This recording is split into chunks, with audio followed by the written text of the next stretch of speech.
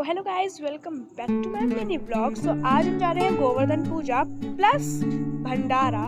सो अभी तो हम जा रहे हैं, हमने प्लान किया है जाने का, और मेरे भाई की फ्रेंड की जो मम्मी है वो भी जाएंगी, तो हम साथ में जाएंगे। हेलो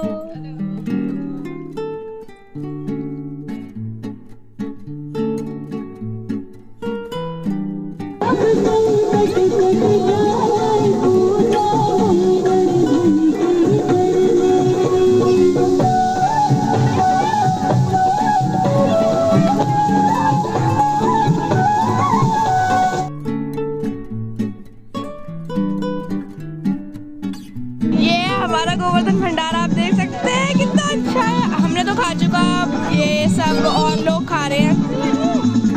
पूरा यहाँ पर बन रहा है, यहाँ पे प्रोसेस हो रहा है बनने का, यहाँ पर सब खा रहे हैं और वो रहे गोवर्धन महाराज।